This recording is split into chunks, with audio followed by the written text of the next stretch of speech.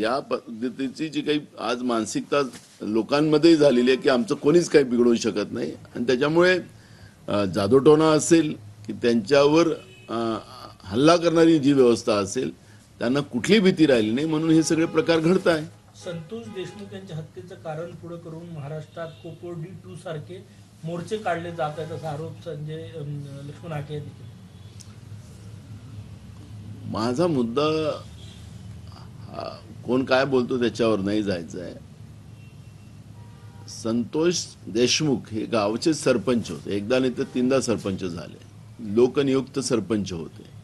परभणीमध्ये झालेली घटना पोलिसांनी जे कॉम्बिंग ऑपरेशन केलं त्याच्यामध्ये एका लॉ करत असलेल्या एका विद्यार्थ्यांचा पोलिसांच्या बेदम मारामुळे त्याचा मृत्यू झालेला आहे।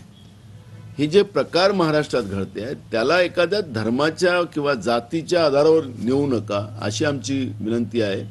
ही जी काही मानसिकता या सरकारची आहे या मानसिकतेलाच आता सत्तेतून बाहेर काढणं हाच महाराष्ट्राच्या लोकांच्या हातात एकमेव शस्त्र आहे आणि त्याच्या आधारावरच ह्या सगळ्या गोष्टी व्हाव्यात।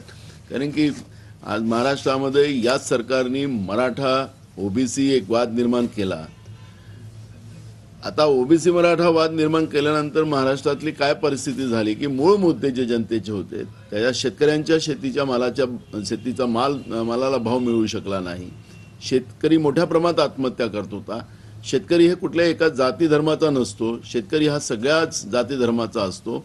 त्यामुळे अनेक शेतकरी आज आत्महत्या केलेली असेल तर त्याच्यामुळे या अन्नदात्याचा ज्या पद्धतीनं त्याच्या शेतीच्या मालाला भाव न मिळाल्यामुळे तो कर्जबाजारी झाला। हे मुद्दे आमच्यासाठी महत्त्वाचे आहेत। युवकांची जी परिस्थिती आज निर्माण झालेली आहे बेरोजगारांची ते प्रश्न आमच्यासाठी महत्त्वाचे